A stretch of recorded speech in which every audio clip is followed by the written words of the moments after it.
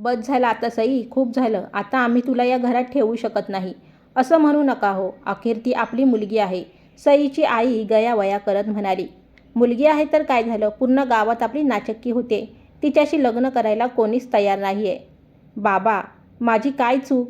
सईने हुंदके देत विचारलं. तुझीच तर सर्वात मोठी चूक आहे की तू काळ्या रंगाची जन्माला आलीस. हे शब्द सईच्या काळजाला बाणासारखे टोचले.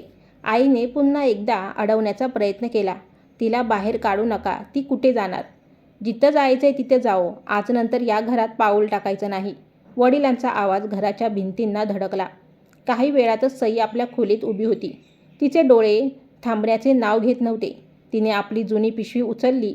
त्यात काही फळं आणि पाण्याची बाटली ठेवली. एकदा वळून तिने आपल्या घराकडे पाहिलं. ज्या अंगणात बालपण गेलं होतं ते आज परकं झालं होतं.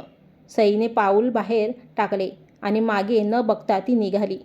चालता चालता गाव मागे सुटलं आणि समोर पसरलं दाट जंगल, उंच झाडं आणि वाऱ्याची घबराट निर्माण करणारी सुसाट. पण सईला आता भीती वाटत नव्हती. ती स्वतःलाच विचारत होती, खरंच माझा रंग हीच माझी सगळ्यात मोठी चूक आहे का? अचानक झाडांमागे काहीतरी हालचाल झाली. सईचे पाय थबकले. तिने हळूच झाडं बाजूला केली आणि समोरचे दृश्य पाहून ती थक्क झाली. तिथे एक तरुण मुलगा बेशुद्ध पडला होता. त्याचे कपडे धुळीने माखलेले होते, पण ते महागडे असल्याचे स्पष्ट दिसत होते. सई आधी थोडी घाबरली, पण नंतर तिने विचार केला की याला असं सोडलं तरी हा वाचणार नाही. तिने पिशवीतून पाणी काढलं आणि त्याच्या चेहऱ्यावर शिंपडलं. काही क्षणात त्याने डोळे उघडले. समोर सईला पाहून तो गोंधळला. मी कुठे आहे? त्याने कमकुवत आवाजात विचारले. तुम्ही जंगलात आहात. तुम्ही बेशुद्ध होतात. त्या मुलाच्या चेहऱ्यावर भीती पसरली. हो, काही लोकांनी मला पकडलं होतं आणि मारायला इथे सोडून दिलं. सईनं विचारलं, तुम्ही कोण आहात? तो म्हणाला, मी आदित्य, या भागाचे मोठे पाटील, विश्वनाथ पाटील यांचा मुलगा. सई चकित झाली. ती समजली की हा कोणी सामान्य माणूस नाही. तिने त्याला आधार दिला आणि खाण्यासाठी फळं दिली. आदित्य म्हणाला, तू माझे प्राण वाचवले आहेस. मी तुझे हे उपकार कधीच विसरणार नाही. आदित्यने विचारलं, तू इथे एकटी काय करतेयस? या प्रश्नाने सईचे डोळे पुन्हा भरून आले. तिने आपली सगळी व्यथा सांगितली. घरच्यांचा अपमान आणि बेघर होण्याचं दुःख. आदित्य शांतपणे ऐकत होता. फक्त रंगावरून माणसं इतकी संकुचित कशी असू शकतात? आदित्य रागात म्हणाला.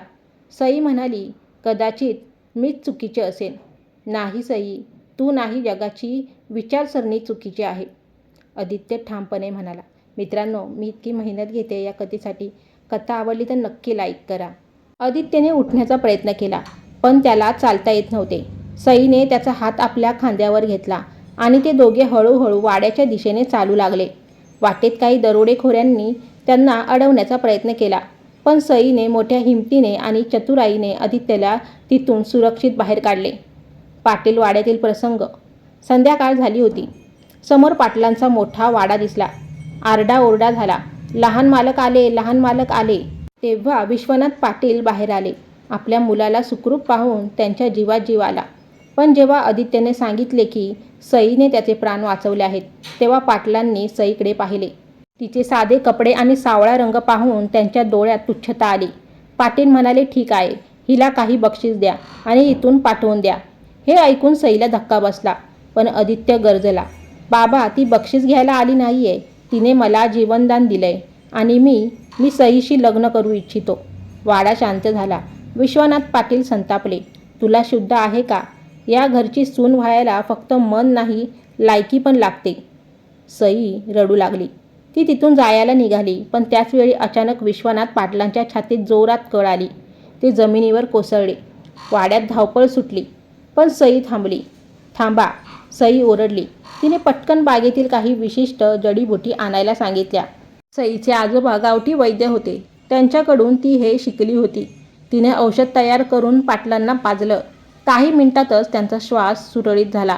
जेव्हा विश्वनाथ पाटलांनी डोळे उघडले, तेव्हा त्यांच्या डोळ्यात अहंकार नव्हता, तर कृतज्ञता होती. ते सईला म्हणाले, मला माफ कर मुली. आज मला समजलं की माणसाची ओळख रंगावरून नाही, तर त्याच्या गुणावरून आणि कर्मावरून होते. मित्रांनो, आता या कथेचा शेवट ऐका. काही दिवसांनी त्याच वाड्यात सई आणि आदित्यचे लग्न थाटामाटात पार पडले. ज्या सईला तिच्या रंगावरून घरच्यांनी नाकारले होते, आज ती एका मोठ्या घराण्याची सन्माननीय सून झाली होती. तर मित्रांनी मैत्रिणींनो, ही तुम्हाला कथा कशी वाटली हे कमेंट करून नक्की सांगा. आणि तुम्ही ही कथा कुठून ऐकताय हे कमेंट करून पण सांगा. आवडली असेल तर लाईक देखील करा. तसेच सातारच्या मार्क्सवाली ताई या चॅनलला सबस्क्राईब करायला विसरू नका.